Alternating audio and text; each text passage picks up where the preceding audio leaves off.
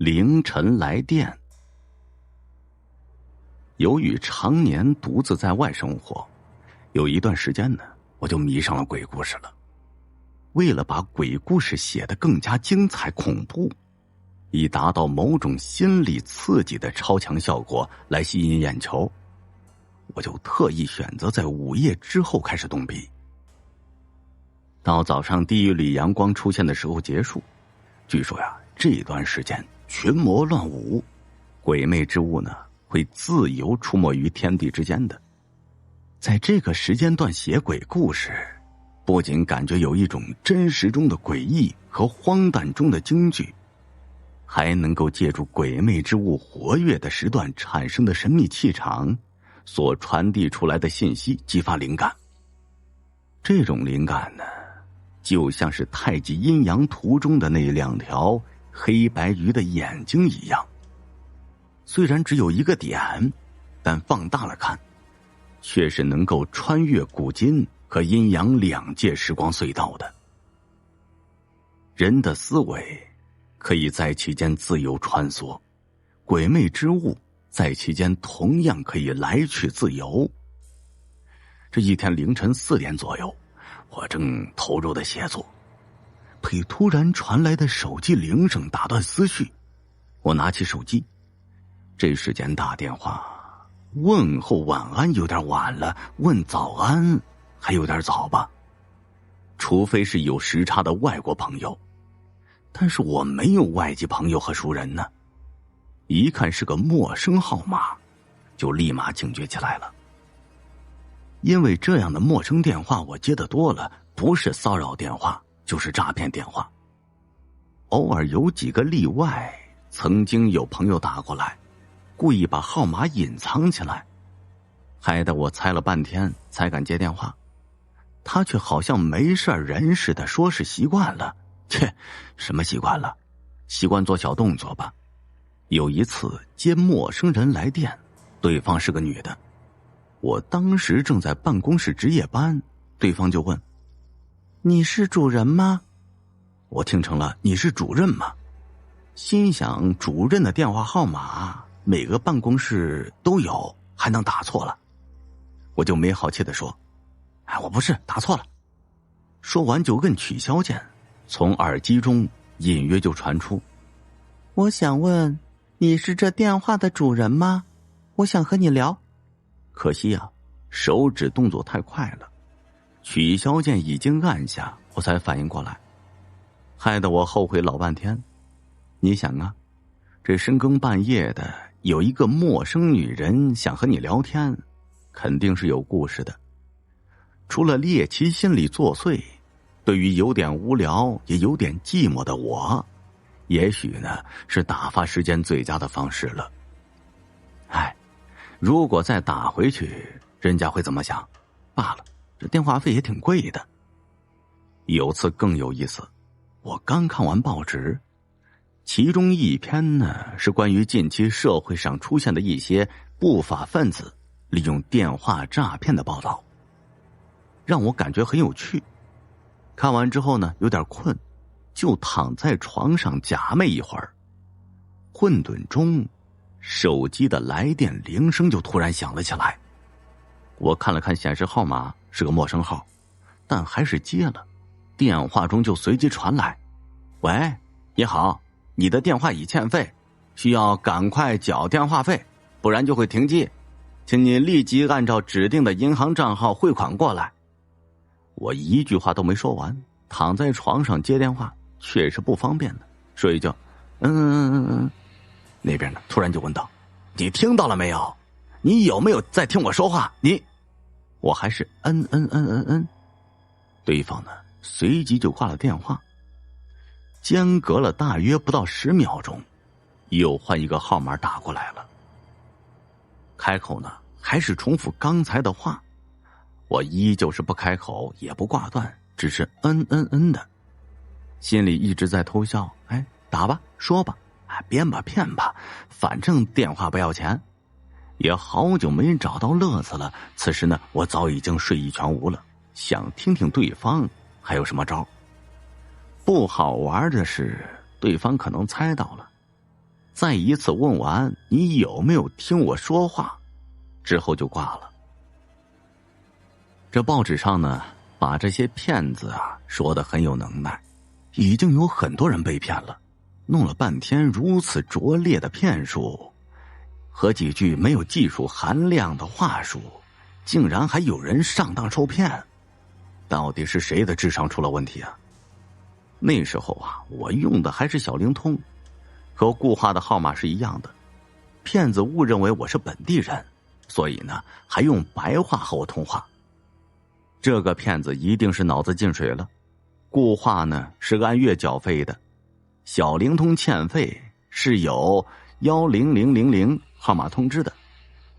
他连这点常识都不懂，还敢出来行骗，真应该是在最后撂一句我会让你死得很难看这句狠话，也让这些骗子呢长长见识，别让他们狗眼看人低，以为这世界上的人都是弱智。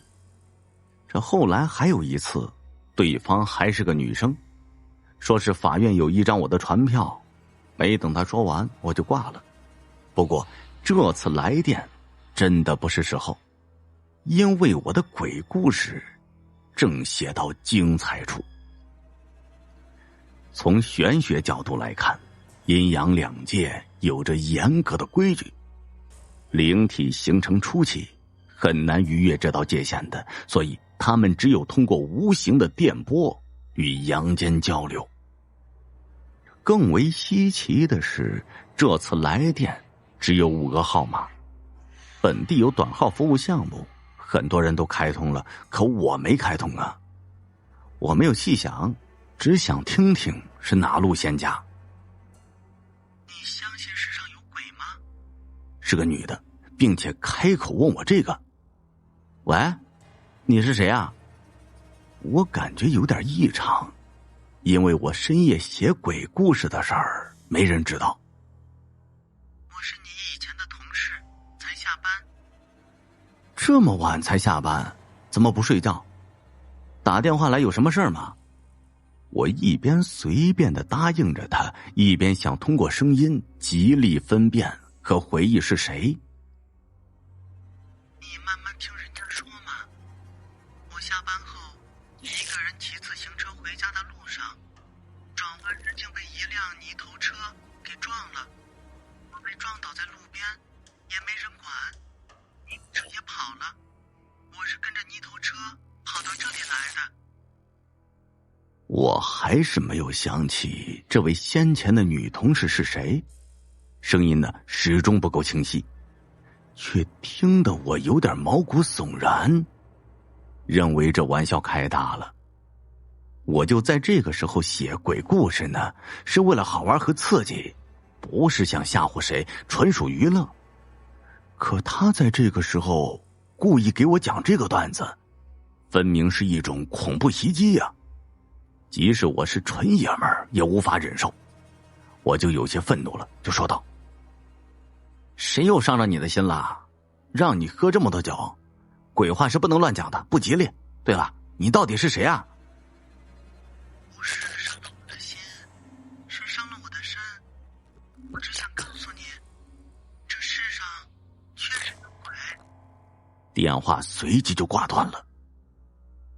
第二天上午，我正在睡觉，以前的同事老王打来电话说，阿霞昨天晚上出车祸死了。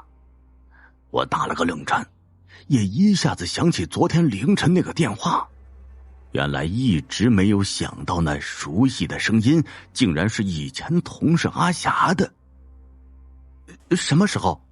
就是凌晨3点钟下班的时候，骑自行车在路上被一辆汽车给碾死了，肇事者也跑了。我的心呢砰砰直跳，真应了那句话，常走夜路终遇鬼。据传说，灵体喜欢四处飘荡的，也喜欢看稀罕。我租住的房离公路很近，我住的又高，每天凌晨整栋楼的窗户都是黑乎乎的，唯有我房间的灯一直亮到天明。我又蓦然的想起他和我说的一番对话。还有那个只有5位的号码，手机号码是11位，固话也有8位数了，好像是汽车的牌照有4位也有5位的，莫不是？我下午呢找了公话，直接打到阿霞所属市区的122服务台，喘喘地说了一句：昨晚在某某处发生的车祸与泥头车。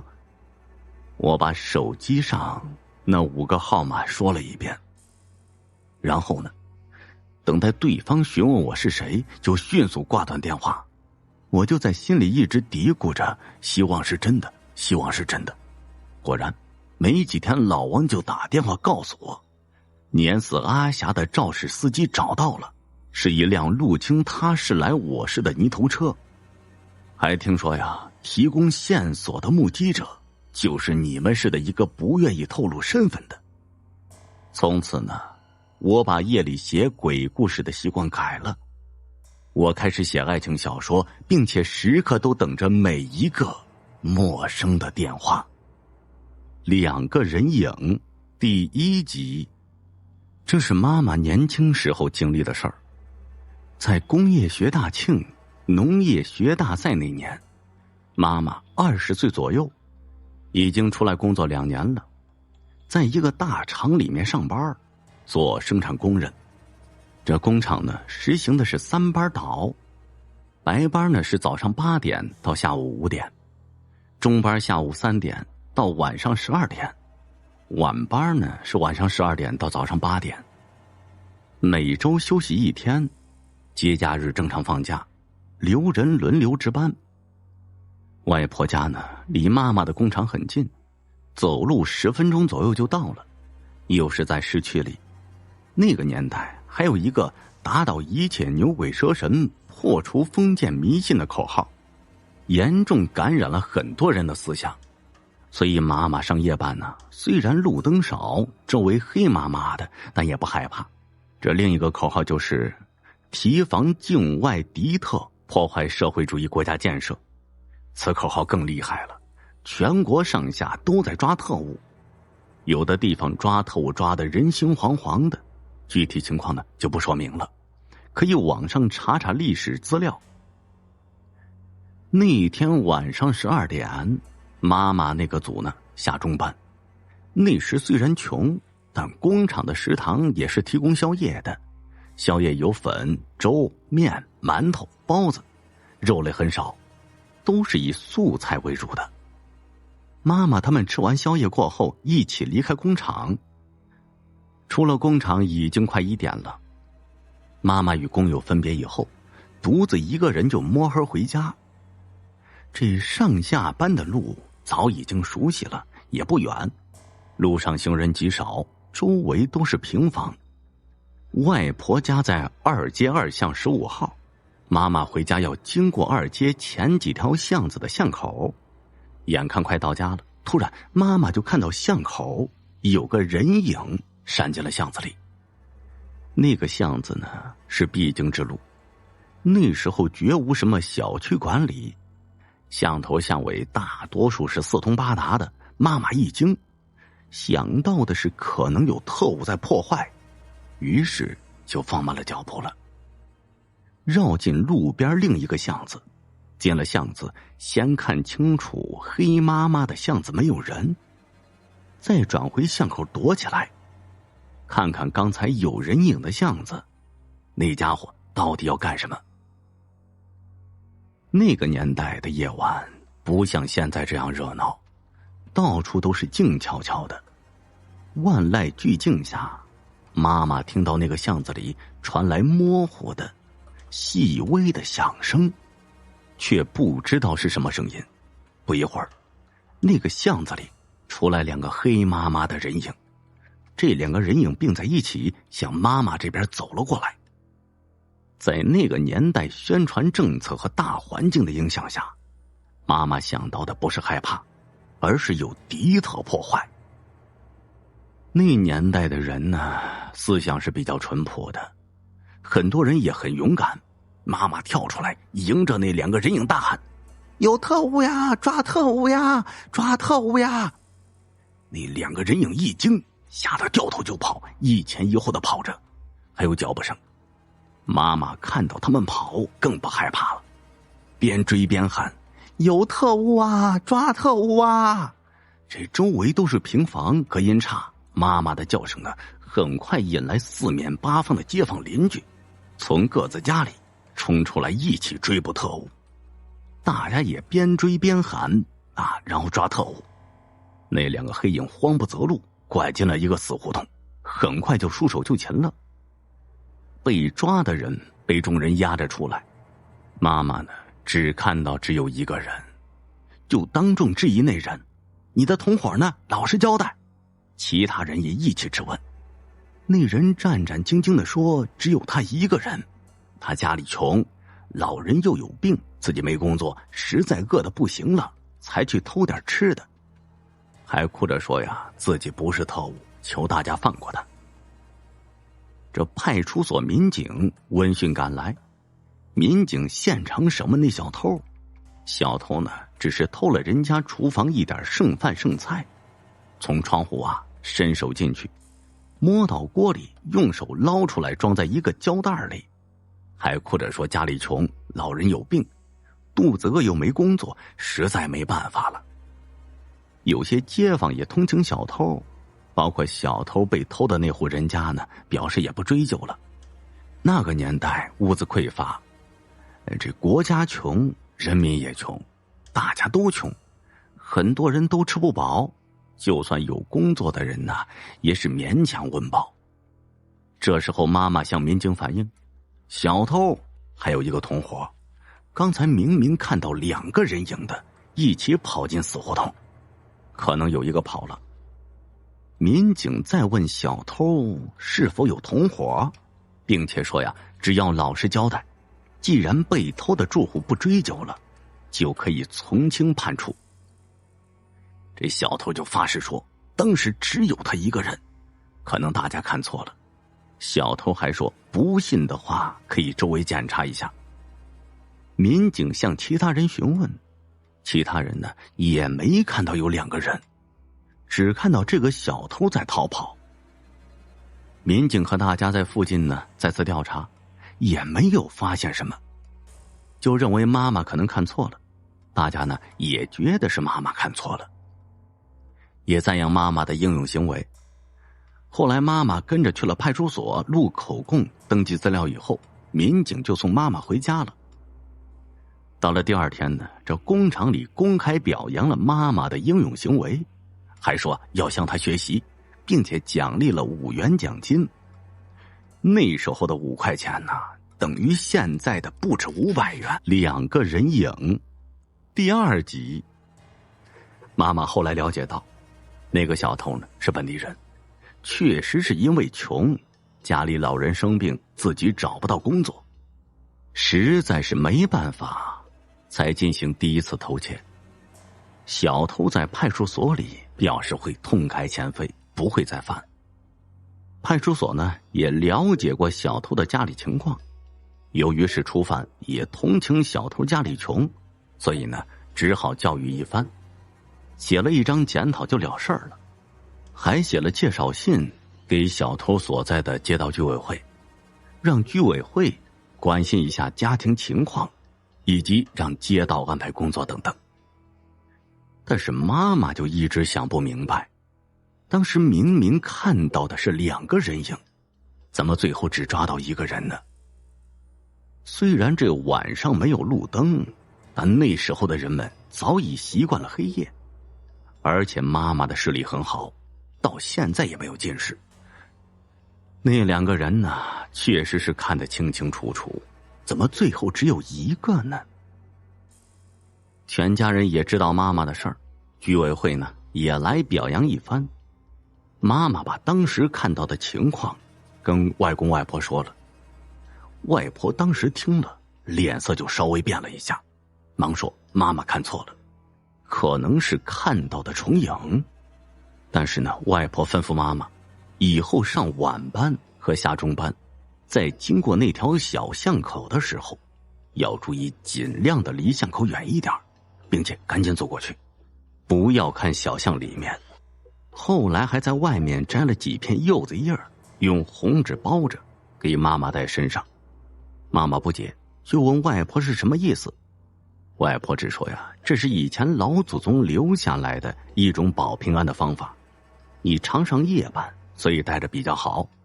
妈妈在问的时候，外婆就有点不高兴了，就说：“你爱戴不戴，信不信由你。不信的话，别把封建迷信的帽子扣到你妈头上。”妈妈呢，只好把装着柚子叶的红包放在手提袋里。这一段时间之后，外婆还在外面摘了新的柚子叶，给妈妈换上原来的柚子叶。妈妈虽然觉得外婆这么做很古怪，但也不方便问。再后来，妈妈拿出了几个月的钱，外加上外公再支援一点，买了一辆自行车。当时有个自行车确实方便，下中班或者上晚班可以缩短路上的时间，安全回到工厂或者回到家里。这一眨眼20多年过去了，我们也上了小学。一个周末在外婆家里玩，晚上们亲戚聊起天的时候呢，不知怎么的就聊到灵异事件。亲戚们说着各自听回来的故事，说着说着，外婆提起当年妈妈抓小偷的事儿，说妈妈当时看到的其实只有一个人，另一个呢不是人。幸好当年打倒牛鬼蛇神，破除封建迷信的政策深入人心，让妈妈确信呢另一个人影也是人，不然的话一个女孩子肯定得吓死了。其实当年呢，外婆就知道妈妈看到的是什么了，但如果说明了，可能会把妈妈吓得不轻，而且在那个年代说出来谁也不信，还可能会落个宣传封建迷信的罪名。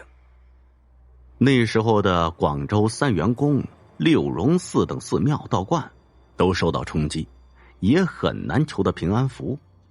就算有平安符，在那个年代的年轻人既不会戴也不敢戴，戴着呢怕落封建迷信的罪名，所以只能用红纸包些新摘的柚子叶给妈妈当护身符了。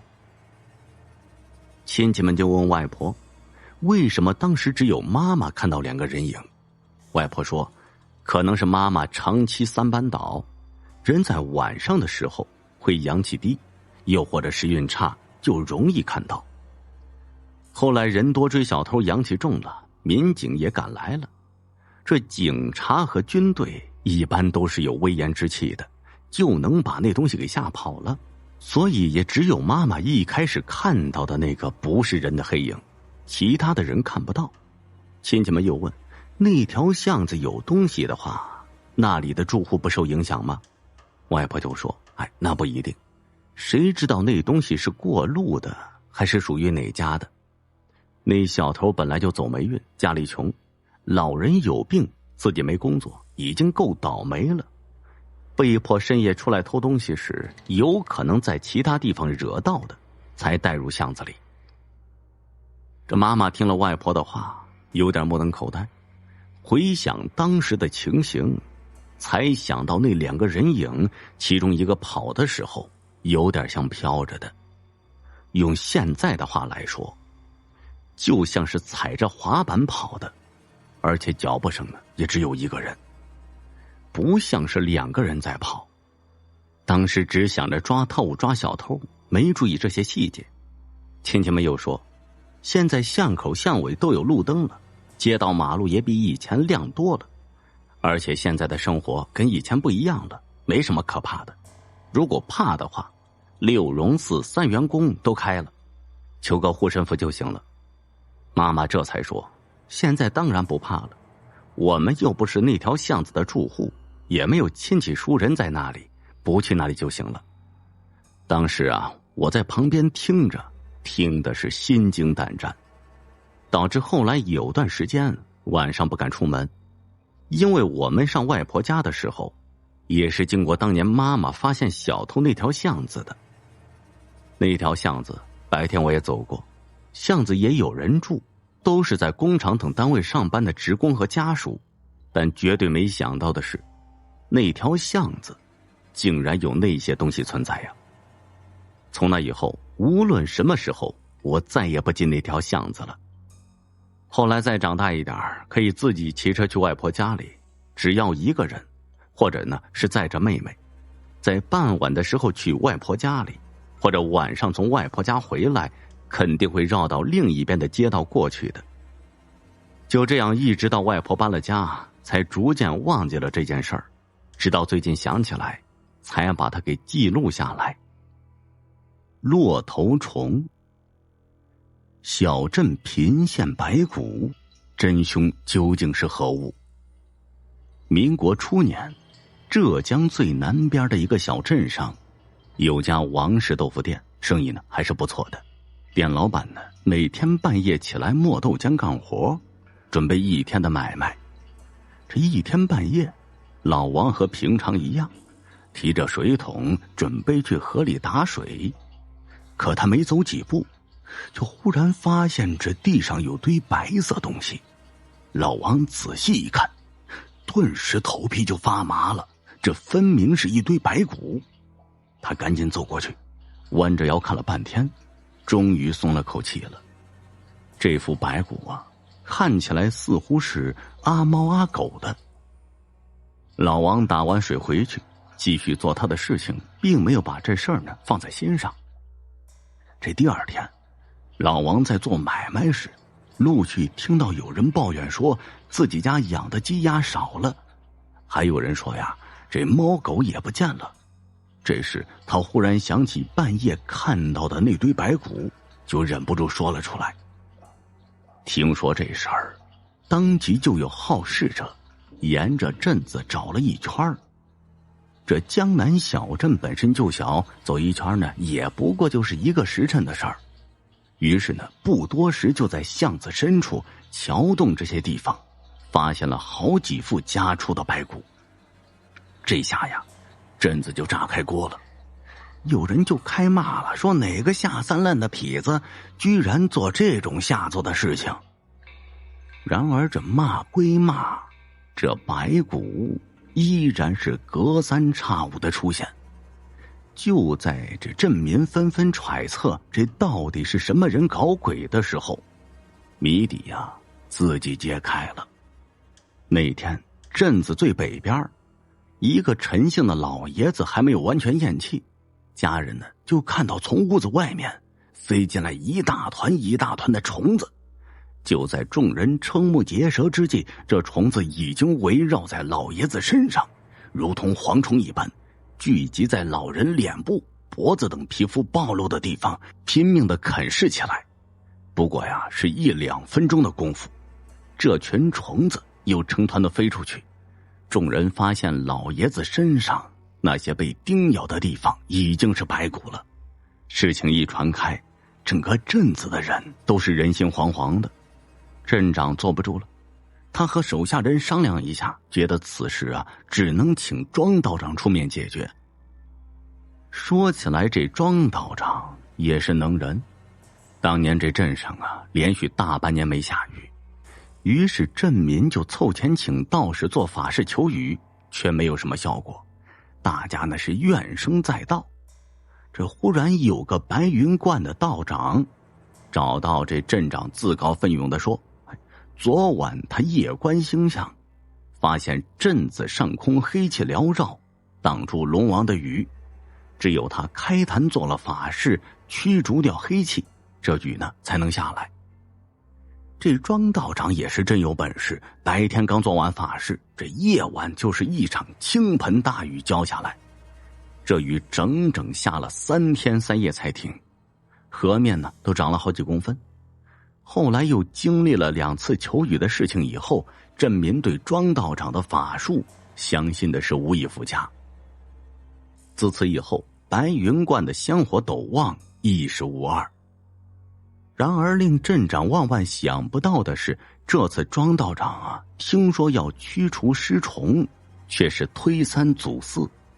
镇长不由得恼羞成怒，啪的一声，一把驳壳枪拍在桌子上。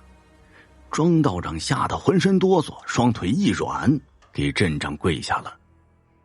原来这庄道长平日使的道法都是骗人的把戏，他之所以次次求雨成功，全靠桌上摆的一块镇纸石。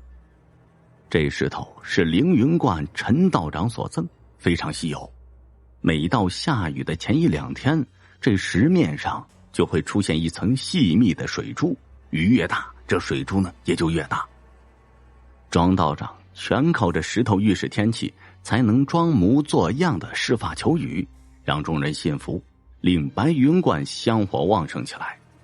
那镇长听到这儿，气的是脸色发青，一脚踢向庄道长的胸口，这半天说不出话来。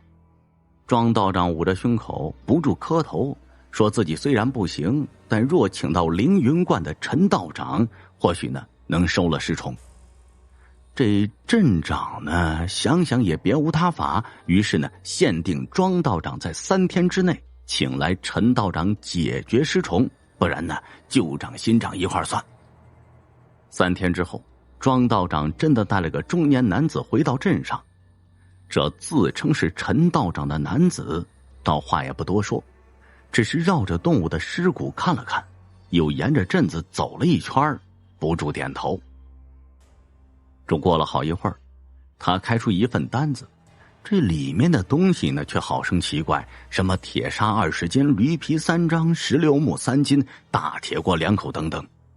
镇长看这架势倒不像是装的，于是点头应允，照这单子呢提供所有东西。第4天晚上，陈道长牵着骡子，身上背个大篓子，再次出现在镇上。这人们就好奇地看着他走到镇子中间，左手还握着一把快刀，刚一站定，就将手中的刀子捅向骡子的心脏，顿时鲜血四溅，骡子双腿一软，颓然倒在地上，只得来得及抽出几下就死了。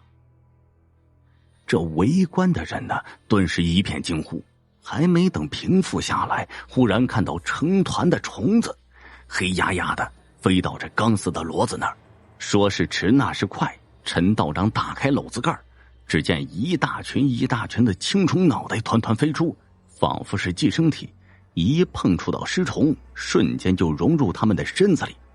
这时呢，人们才发现原来这篓子分成2格，一格装着2寸来长的青色虫子身体，另一侧呢则是虫子脑袋。这青虫脑袋仿佛是尸虫的克星，不过片刻功夫，方才还拼命啃食骡子的尸虫一个个跌倒在地上都死了。直到这时，人们才缓过劲儿来，团团围住陈道长，连声追问究竟是怎么一回事儿。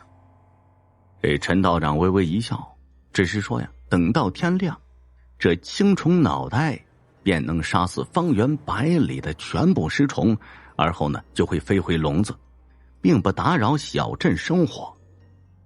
果然天快亮时，只见密密麻麻的青头虫飞了回来，涌进笼子后就不动了。有胆大者从缝隙里窥视其中，却见一个个虫脑袋径自地钻入青虫尸体，似乎要融为一体。陈道长将篓子盖好，背在身后，向众人拱了拱手说：“尸虫灾害已除。”转身就走了。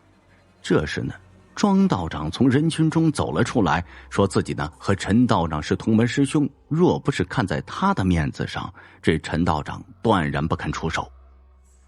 听陈道长说，他这一篓子青虫有个名字叫骆头虫，晚上用耳朵当翅膀飞出去，到了早上呢就回来了，然后又回到自己的身体上，拼成完整的一个虫。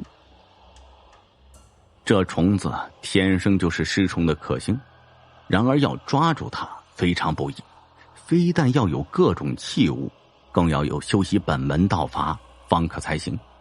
若不是因为自己最近身体抱恙，不然他早就出手了，哪里去需要请陈道长啊？还要镇民呢，等3天。听到这里，众人哄堂大笑。这庄道长脸皮也够厚的，自顾自的吹嘘下去。很快呢，周围人就散开了。其实这庄道长说的也未必都是假的，至少这骆头虫的记载是在《博物志》上寻到的，说是战国时期吴越一带的人家习惯在春分时候养这种骆头虫。因为当年吴越连年大战，整个长江中下游尸横遍野，尸虫肆虐。正当人们束手无策时，西方天降大火，骆头虫从火中爬出，瞬间就把尸虫全部杀死。于是人们纷纷说呀，这虫是上天神赐，可以驱邪避难。当然呢，这种说法有待考证，但是世上万物相生相克，却是亘古不变的。不要开灯。第1集。我下班回到出租屋，已经是晚上10点多了，屋子里一片漆黑。我刚要开灯，就听到一个声音说：“不要开灯。”这间屋子里呀，是我和好友兼前室友马上天合租的。毕业以后呢，我们住在一起，分别在外面打工。借着窗外不算明亮的月光，我看到一个黑影正坐在沙发上。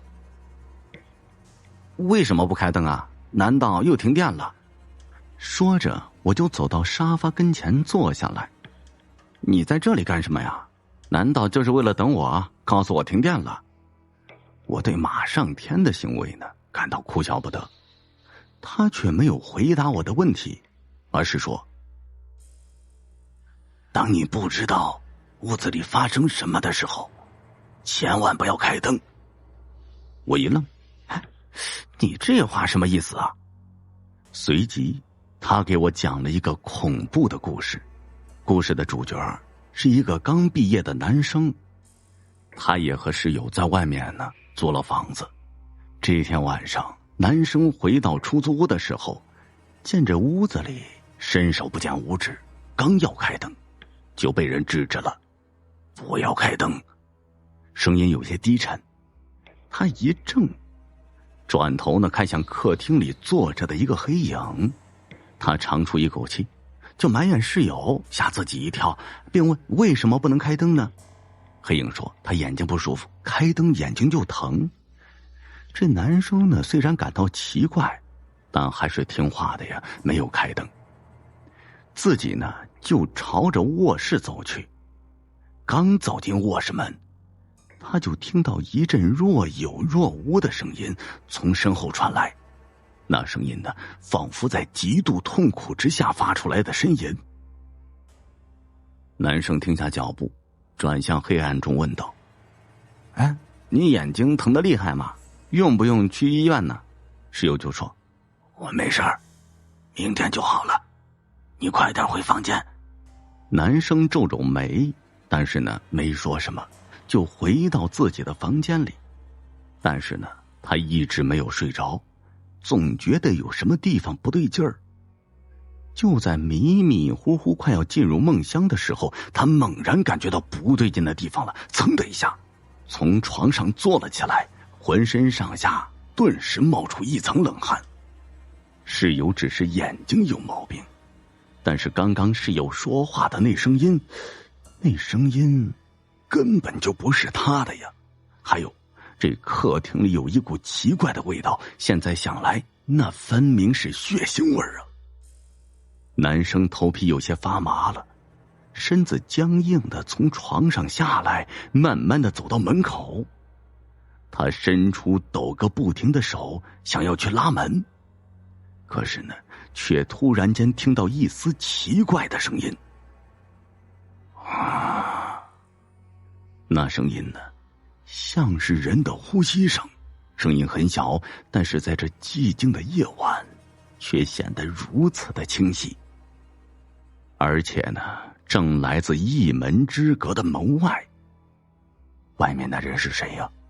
男生呢没有勇气去开门，伸出去的手也慢慢的缩回来。过了一会儿，他听到一阵轻微的脚步声缓缓离去，之后是开门声、关门声。他知道那个人离开了。这一整夜呢，男生都没有敢拉开门去看看外面到底发生了什么。天亮之后，当他打开门时，顿时就被眼前的一幕惊得是魂飞魄散。整个客厅仿佛变成了一个屠宰场，地面上铺了一层已经凝固的血液，室友倒在地上。室友已经死了，死因是失血过多。当室友被抬走后，男生这才如梦初醒般的明白过来，究竟发生了什么事儿。他夜里回来时，室友已经受害了。当时与他对话的其实是那个行凶的歹徒。室友当时还活着。男生回到卧室的时候听到的那声呻吟声是室友拼尽力气发出来的。室友希望男生能够发现异常，解救自己。男生不敢再在出租屋里住了，当天晚上收拾东西，准备第二天就搬走。然而在他收拾东西的时候，突然就听到身后的门开了，男生猛地打了一个冷战，回过头，但是也在他回头的一瞬间，卧室的灯突然就灭了。一股寒气就涌上男生的脊背，他身子一个踉跄，差点坐在地上了。他看着门前站着一个熟悉的身影，他的室友。你昨天晚上为什么不开灯？室友冷冷地问。男生吓得是浑身哆嗦，说：对不起，我现在十分后悔，如果昨天我早点发现不对劲，你就……室友哼了一声，你好虚伪，你当时已经发现了不对劲，但是你害怕自己受到伤害，而没有选择开灯去看一看究竟发生了什么。你不愿意开灯吗？好，那我就让你永远都开着灯，从此以后，只要你一关上灯，我就会立刻出现，我就在你身边，永远的在你身边。男生很聪明，他没有开灯，不然他可能也会被歹徒所害。讲到这儿呢，他停了下来。听完这个故事，我机灵灵的打了一个冷战。对面这人声音绝对不属于马上天的。我强忍恐惧问：你是谁？对面人说：我是你的室友啊。我从沙发上站起来：你不是，我天天和他在一起，对他的声音再熟悉不过了。我索性豁了出去，如果他是坏人，大不了和他拼了，一个大男人怕什么？他说：我有点感冒，嗓子坏了。嗓子坏了，还在这给我讲恐怖故事。我慢慢的退到门前，一手抓住门旁的拖把杆儿，一手呢去按客厅的灯，咔，灯没亮。难道真的是灯坏了？我透过门缝看到楼道里的灯是亮着的，所以说并没有停电。我关上按钮，又按了一下，灯还是没亮。我皱着眉头关上再点开，灯还是不亮。或许是因为灯坏了。马上天无聊之下，在客厅里等着我，然后故意故弄玄虚，压着嗓子讲个恐怖故事给我听，想要吓一吓我。这么想着，我深吸一口气，关上按钮，准备去验证自己的猜想。谁料到他却突然说道：不要开灯，千万不要再按开关了。我不知道他又耍什么把戏，就说：灯明明坏了，我想开也开不了啊。谁知他却说：我指的不是这个，当你按开关按钮按了3遍，灯还没亮，千万不要按第4遍。前3遍都没亮，说明灯已经坏了。如果你继续按第4次，那么如果灯亮起来，所发出的灯不是阳间的灯光了，那时你看到的一切也不是现实的一切，而是……你听，我讲一个故事就知道了。说着，他又继续讲鬼故事。我知道他又准备讲鬼故事吓唬我，干脆呢打断他：“你够了，骗小孩呢！前3遍都不亮，第4遍灯就能亮了，还不是阳间的灯光，难道是阴间的？”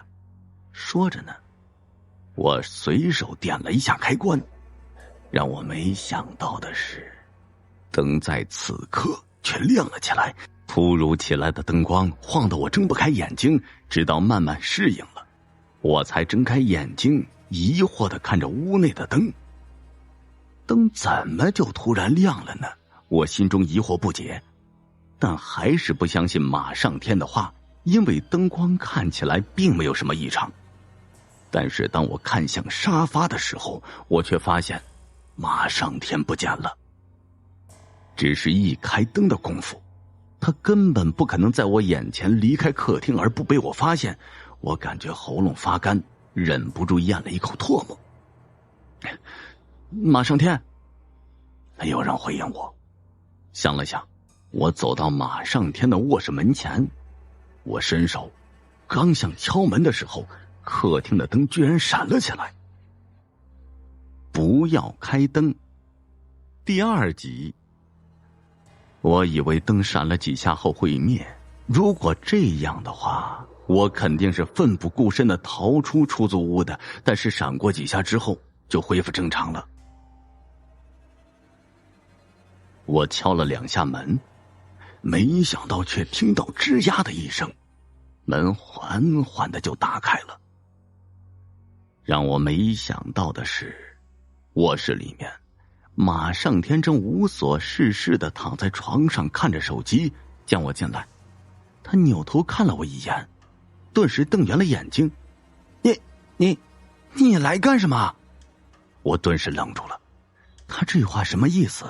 我刚想问为什么，却发现自己呢根本发不出一丝的声音。这是怎么了？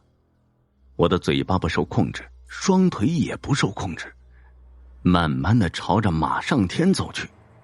马上天已经从床上下来了，站在我的床边，一脸惊恐的看着我，而我呢像是被一股力量控制着，走到马上天跟前就掐住他的脖子。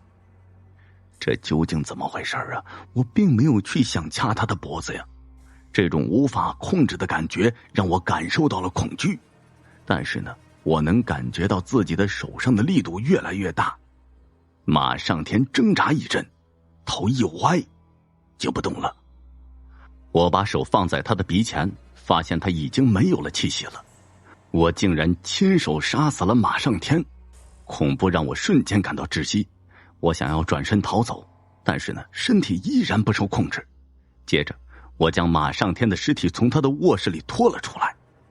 卧室里的灯光闪来闪去，我感觉自己像是被一个躯壳包裹在里面，除了我的灵魂，所有的一切不再隶属于我了。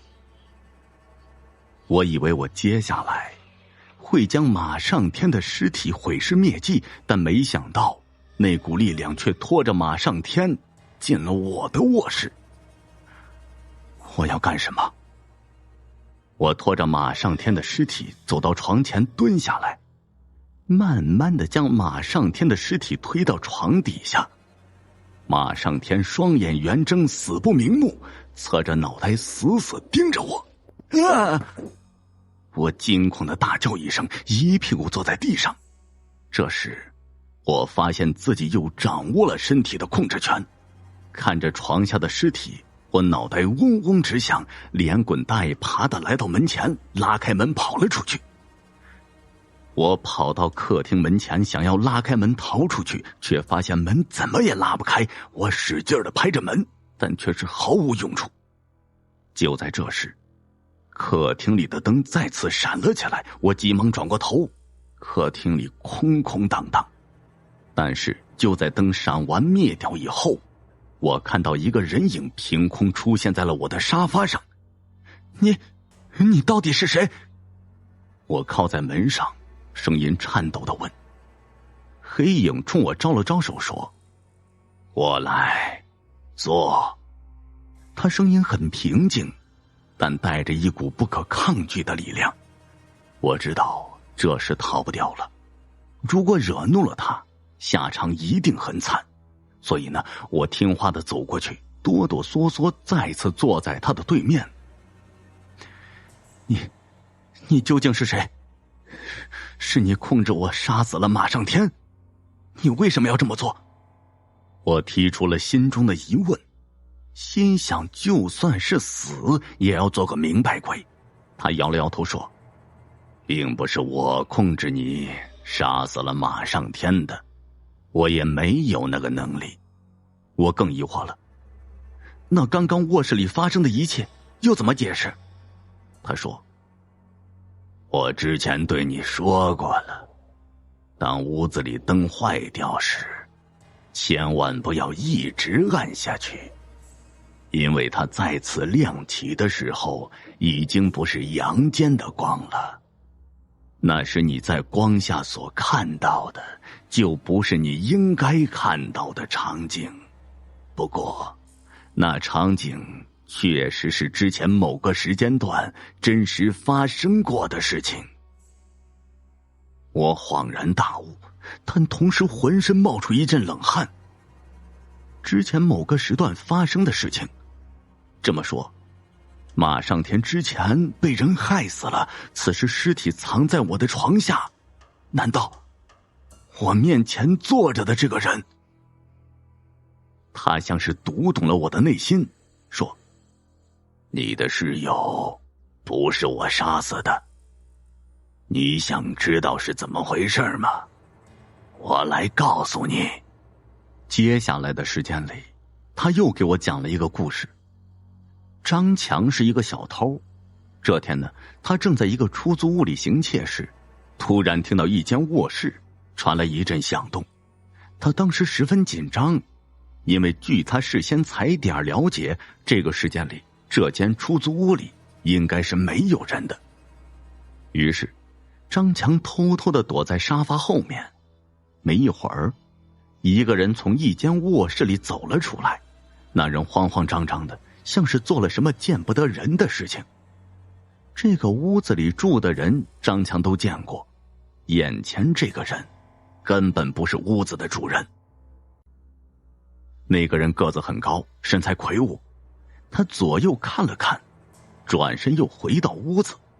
张强的额头上已经冒出冷汗了，没想到竟然出了差错，于是他准备偷偷溜出去逃之大吉。可就在这时，那个人又从卧室里出来。张强看到那人手里拿着什么东西，仔细一看，赫然发现那竟然是2只脚。接着张强看到那人从卧室里拖出一个人来，进了旁边的卧室。那人拖着的人一动不动，脸色紫青，双眼圆瞪，像是一具尸体。张强只感觉头皮有些发麻，瞬间明白过来，那是一个杀人犯。地上那人已经死了。张强虽然是个小偷，但是呢还从来没杀过人，以至于吓得两腿发软，错过了最佳的逃生机会。等他反应过来想要逃跑的时候，那个人又从卧室里出来。张强只好躲在沙发后面，不敢乱动。那人走在客厅门前，打开门准备离去。张强看到这里，长出了一口气，准备等那人离开，自己马上就走，东西也不偷了。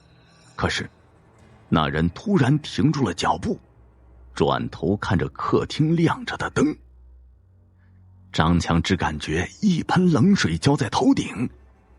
他之前自信的以为这个时间出租屋里不会有人，所以撬门进入以后就将客厅的灯打开了。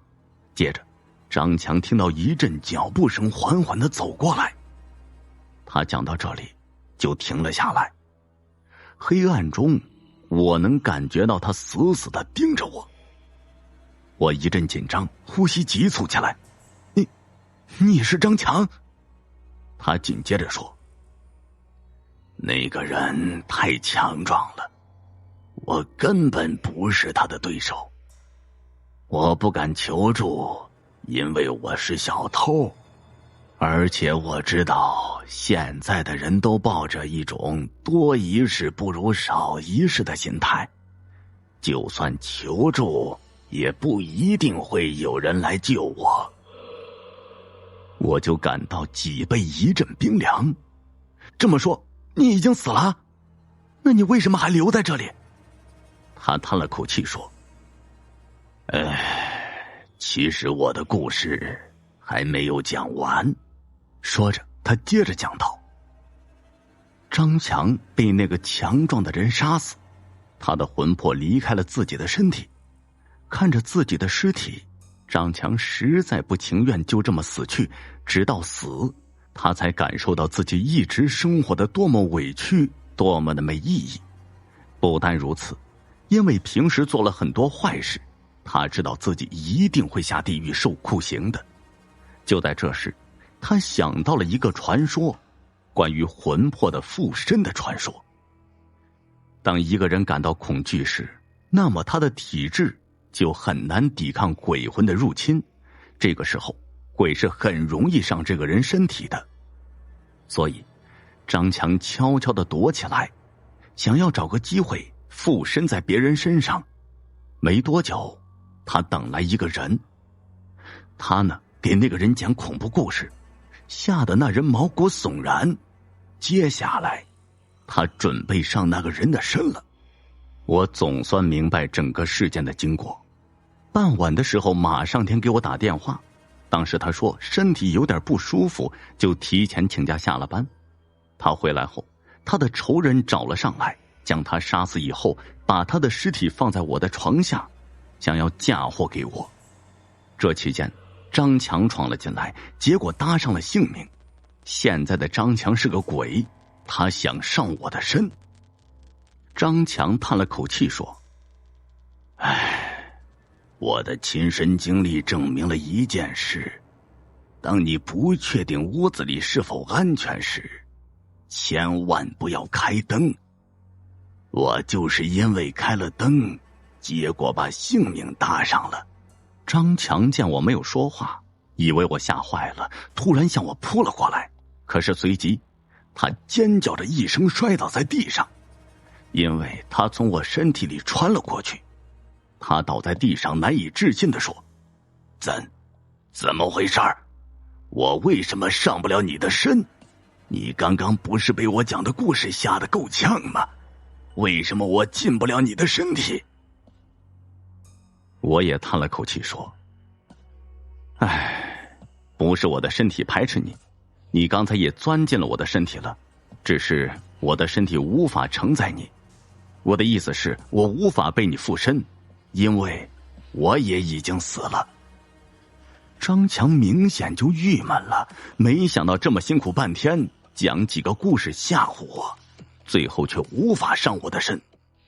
他问我是怎么死的，我很无奈地告诉他，是在回来的路上被车撞死的。张强悠悠地说，没办法了，我只能去找那个害死我的人报仇了。就算我没有办法杀死他，我也要缠着他，只要他一闭上眼睛，我立刻出现在他的床前。说着，他转身顺着敞开的窗子离开了。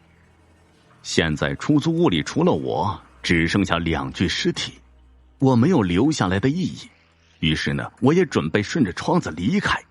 这时只听吱呀一声门响，我转过头，看到自己的卧室门开了，一个人从里面走了出来。我愣住了。那人走出来以后，嘴里大口地喘着粗气，手不停地揉着自己脖子，嘴里还说着，这王八蛋，我不就抢了你女朋友吗？居然想杀我，看我怎么报复你！原来马上天没有死，我这才想起来马上天睡觉有个习惯，那就是睁着眼睛。当时他被人掐着脖子的时候，应该出现了假死亡，造成了死不瞑目的一幕。马上天骂骂咧咧走到门口，伸手要开灯，我急忙压着嗓子说：“不要开灯。”马上天愣了一下：“为什么？”我暗暗的冷笑，接着说：“我给你讲一个故事，你就知道为什么了。”